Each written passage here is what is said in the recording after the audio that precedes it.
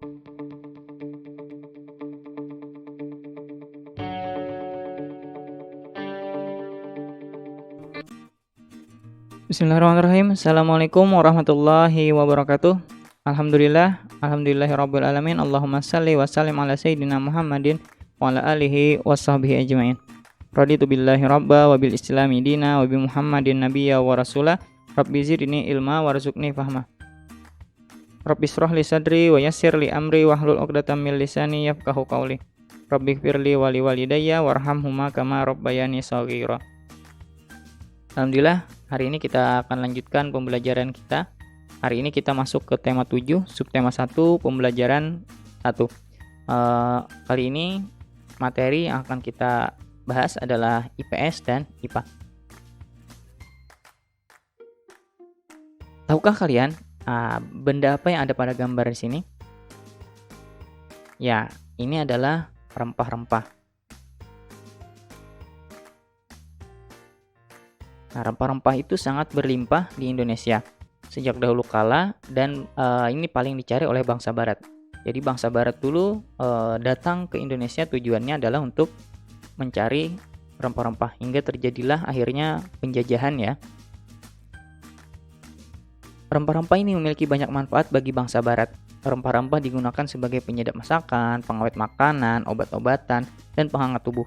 Namun, rempah-rempah tidak dapat tumbuh di Eropa karena perbedaan kondisi alam. Jadi, mereka datang ke tempat kita, ke Asia. Itu tujuannya adalah untuk mencari rempah-rempah. Salah satu tujuannya adalah untuk mencari rempah-rempah. Hal itulah yang menjadi salah satu alasan bangsa Barat menjelajahi samudra, yaitu untuk menemukan daerah penghasil rempah-rempah. Nah, jadi mereka pergi dari daerah tempatnya untuk mencari, salah satunya adalah untuk mencari rempah-rempah ini. Karena tadi di tempat mereka tidak bisa tumbuh tanaman rempah-rempah ini yang menghasilkan rempah-rempah. Nah, faktor apa sajakah yang mendorong penjelajahan samudra oleh bangsa Barat? Jadi ada beberapa hal selain mereka ingin mencari rempah-rempah tadi. Yang pertama, mereka mencari kekayaan atau gold. Ini rempah-rempah tadi ya, hubungannya dengan rempah-rempah tadi. Sekitar abad ke-15 di Eropa, harga rempah-rempah itu sangat mahal. Harga rempah-rempah semahal emas. Nah, makanya mereka sangat gencar untuk mencari rempah-rempah ini karena harganya semahal emas atau gold ya.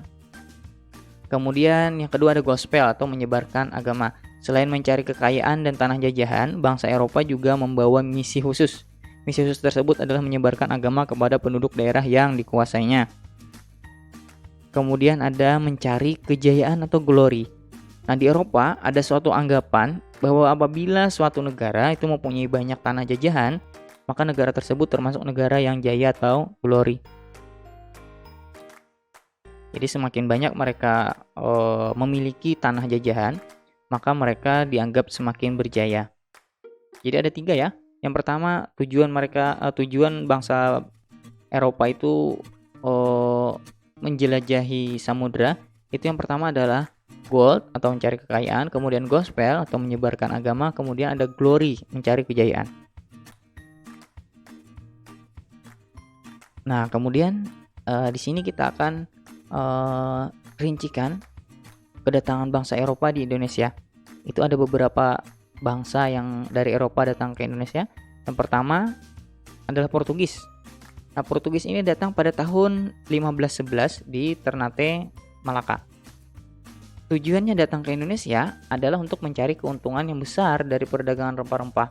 Karena rempah-rempah tadi harganya semahal emas ya.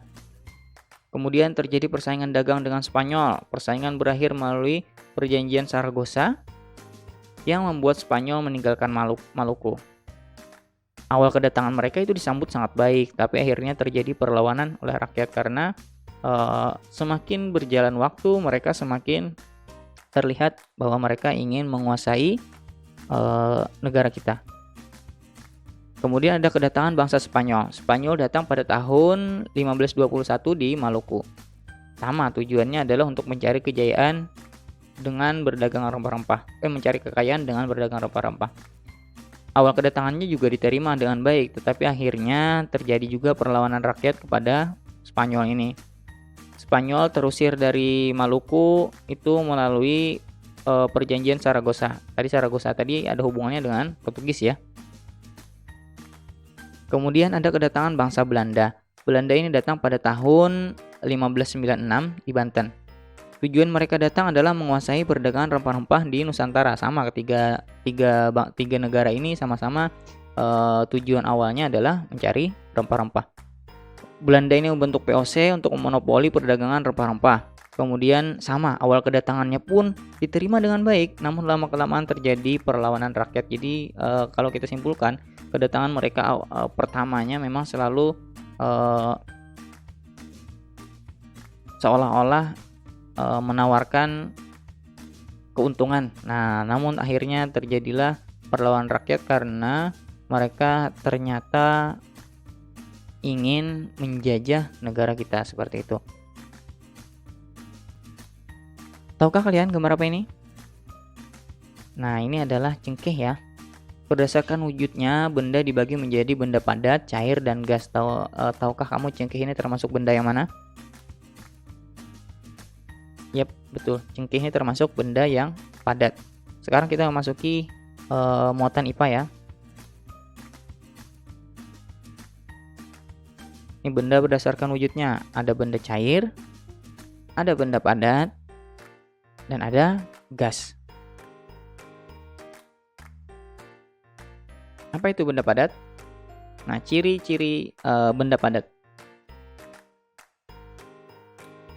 Yang pertama, benda padat ini memiliki bentuk dan volume yang tetap dan tidak mengikuti bentuk wadahnya.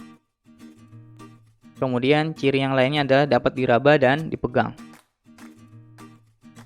Kemudian bentuknya dapat diubah dengan beberapa perlakuan seperti diberi panas, tekanan tinggi, atau diberi perlakuan fisik seperti menggunting, menekan, melipat, atau menyobek.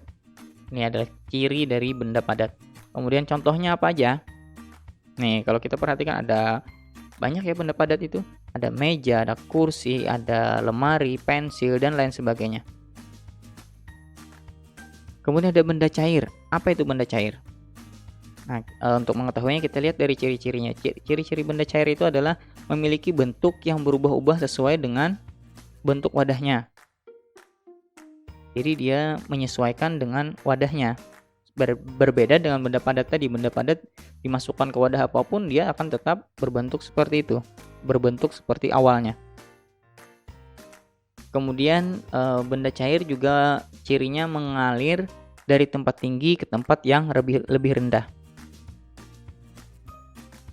Dan dia juga dapat meresap melalui celah-celah yang kecil serta tidak dapat dipegang.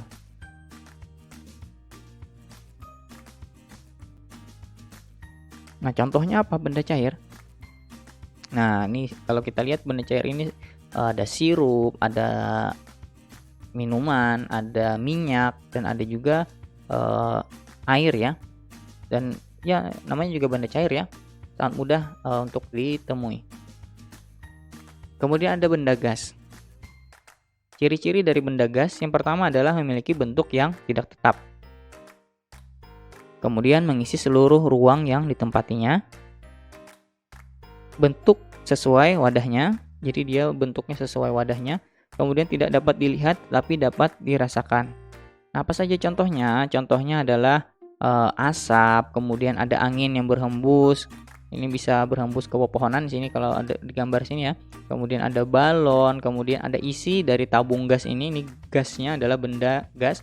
Kemudian ada isi dari balon udara ini.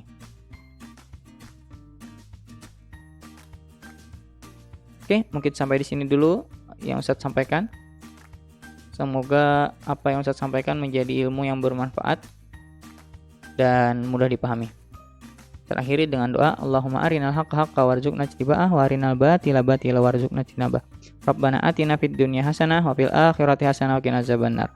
Subhana rabbika rabbil izzati amma yasifun, salamun alal mursalin walhamdulillahi rabbil alamin. Dadah.